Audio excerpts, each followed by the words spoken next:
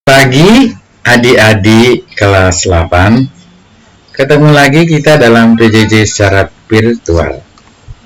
Kali ini Bapak membawakan topik gaya dan resultan gaya. Adapun nanti tujuan pembelajarannya ada 3. 1. Kalian mampu mendefinisikan tentang gaya. Terus nanti melukiskan itu menggambarkan resultan gaya. Terus menentukan resultan gaya. Nah, coba kita amati gambar ini.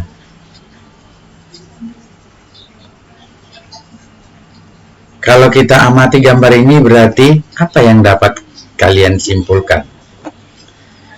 Jawabannya hanya 1. Berarti yang dapat kita simpulkan apa ini? Yang dapat kita simpulkan itu adalah bahwa seseorang yang mendorong meja. Berarti ini jawabannya mendorong meja. Mendorong. Ada dorongan. Nah, dari gambar ini, kenapa dengan mendorong bisa meja berpindah? Berarti karena kita memberikan gaya. Nah, masuk kita konsep gaya. Oke. Apa yang kamu ketahui tentang gaya? Gaya itu sesuatu berupa dorongan. Jadi seperti tadi mendorong. Atau bisa juga tarikan. Yang pasti bisa menyebabkan perubahan cara dari diam menjadi bergerak. Atau bentuk. Bentuk juga bisa. Atau arahnya tadi arahnya dari diam menjadi ke kiri ya. Serta kecepatannya dari diam menjadi bergerak.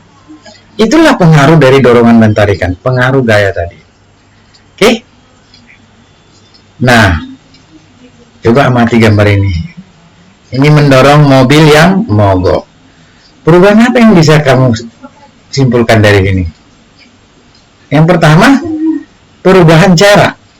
Ini pasti ya, perubahan jarak ada ya. Terus perubahan apa lagi? Perubahan kecepatan. Perubahan kecepatan. Mungkin yang gue ini yang bisa kita ambil ya. Perubahan bentuk bisa nggak terjadi di sini? Enggak ya.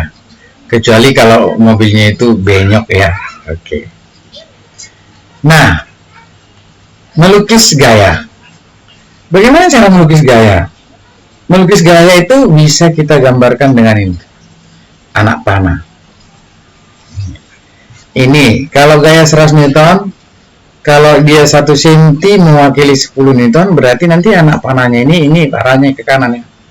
Berarti ada butuh berapa? Ada butuh 10 dia nanti. Ini 1, 2, 3 misalnya. Sampai nanti misalnya ini 10 dengan ukurannya panjang sama.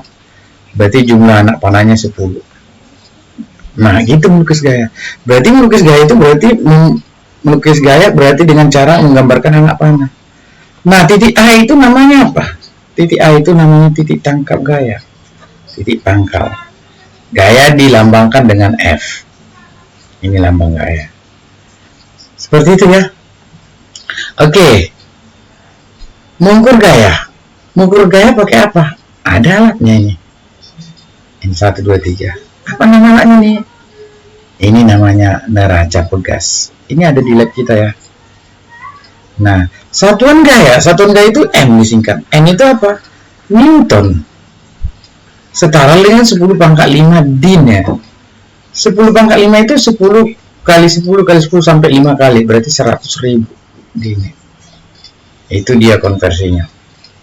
1 Newton 100.000 din berarti kalau dia 2 Newton ya 200.000 gitu ya. Nah, 1 Newton itu apa? Besar gaya memberikan percepatan. Percepatan, perubahan kecepatannya 1 meter per sekon kuadrat karena dia satuan yang Newton ya. Kalau satuan yang ini 1 cm per sekon kuadrat. Oke. Untuk massa 1 kg atau 1 gram kalau 1 dina. Itu dia satuan gaya. Oke. Terus paduan gaya atau resultan gaya. Jadi paduan gaya itu namanya resultan gaya, disingkat dengan R. Atau ini juga pakai gini ya, bisa simbol gini. Angka 3 ini. Sigma F. Ini dibaca sigma. Bacanya ini sigma ya. Sigma. resultan gaya. Resultan gaya itu apa? Coba perhatikan. Di sini ada benda ditarik dengan gaya F1 dan F2. Sehingga nanti ini gayanya itu kita gabung dia F1 F2 jadi ini. Jadi tambah panjang dia. Nah, maka ketika digabung itulah menjadi resultan gaya. Berarti kalau kita apa resultan gaya? Kalau gayanya segaris, ini kan segaris dan searah, resultan gayanya dijumlah F1 plus F2. Arahnya kemana? Arahnya sesuai dengan arah F1 atau F2 atau F1 F2 ke kanan, ya berarti ke kanan.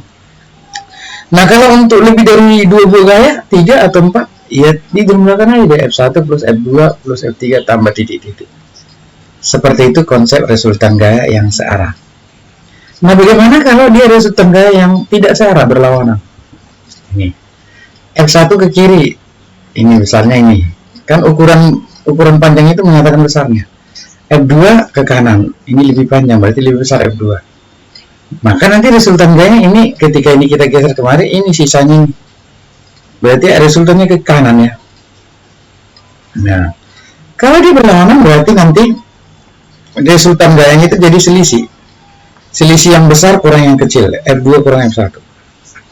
Arahnya kemana? Arahnya sesuai dengan yang pengurangnya F2. Karena F2 ke kanan, ya arahnya ke kanan. Seperti itu. Oke? Nah, untuk memahami lebih lanjut ini kita lihat dengan contoh nomor 1. Perhatikan gambar berikut. Tentukan resultan gaya dan arahnya. Misalnya sini F1 kita buat 60 Newton. F2 misalnya 105 Newton.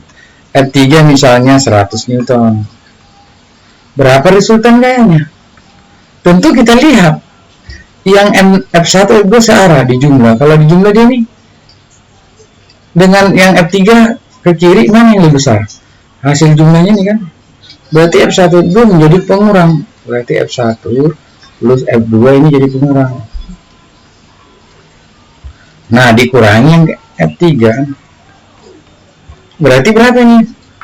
F1 tambah 2 berarti 60 tambah 105 dikurangi 100. Berarti resultannya 165 dikurang 100. Berarti 65 itu.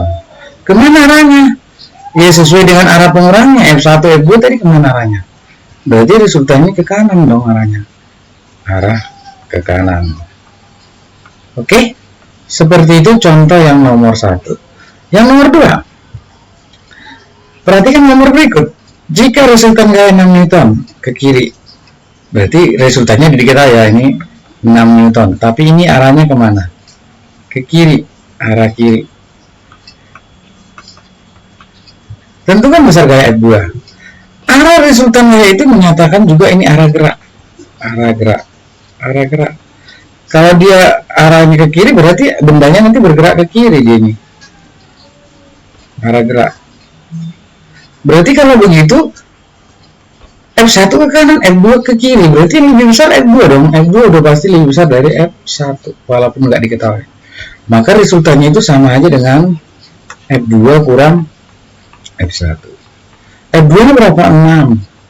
Resultannya 6. F2 nya berapa? Nggak diketahui. F1 10. Maka dari sini titik-titik kurang 10 sama 6. Berarti F2 sama 6 berapa? Ya 6 tambah 10. 6 tambah 10 berapa? 16 ya. 16 Newton. Seperti itu yang contoh nomor 2. Oke? Gampang ya? Contoh nomor 3. Perhatikan nomor berikut. Jika resultan gaya sama seperti nomor 2 tadi, resultan gayanya 15 Newton ke kanan. Sudah ditentukan arahnya. Tentukan besar F2. Jadi F2 yang tanya. Berarti arah geraknya ke kanan dong. Berarti ke kanan lah arah gerak. Berarti sudah pasti nanti yang F2 dengan F3 searah kita jumlah. Berarti ke kanan. Ini menjadi pengurang F2. Ini yang mengurangi. Berarti resultan gayanya berarti F2 tambah ke kanan kan F2 F3 dikurangilah dengan F1 ke kiri kan. Berarti resultan gaya 15. F2 yang ditanya kan. F2 tambah F3 30, dikurangilah 25. Nah 30 kurang 25 ini kan kurang ya ini. Nah, berarti 15 sama dengan F2. 30 kurang 25 5 ya. Berarti F2 berapa? F2 titik-titik tambah 5 sama dengan 15, berarti 20 dong. Salah, bukan 20. Berarti titik tambah 5 sama dengan 15 berarti 10. Berarti F2 sama dengan 15 kurang 5. Berarti berapa? 10 Newton ya. Baru pas. Oke, seperti itu kira-kira pembelajaran kita hari ini. Semoga nanti bermanfaat. Terima kasih.